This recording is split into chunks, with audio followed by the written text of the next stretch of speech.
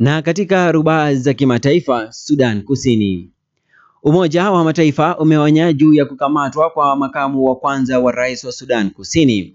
Katibu mkuu wa Umoja wa Mataifa Antonio Guterres ameelezea wasiwasi wake kuhusu matukio ya nchini Sudan Kusini, akisema kuwekwa kizuizini kwa makamu wa rais wa nchi hiyo Riek Machar kunaisogeza nchi hiyo karibu na vita vya wenyewe kwa wenyewe.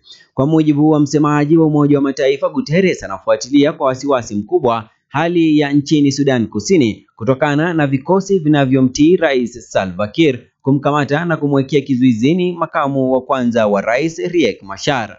Wakati huo huo, Kenya inampeleka waziri mkuu wa zamani Raila Odinga nchini Sudan Kusini kama mjumbe maalum ili kusaidia kutuliza mzozo unaoshamiri kati ya Rais Salva Kiir na makamu wake Riek Machar. Hali hiyo inatishia kuirudisha Sudan Kusini kwenye vita vya ndani kwa ndani. Zimekatika dakika 7 baada ya saa 4 majira ya Afrika Mashariki. Huo ndio mwisho wa taarifa za mwisho siku. Umekuwa ukisomewa nami Abdul Hamid Suleiman. Usiku mwema na Ramadhan Mubarak.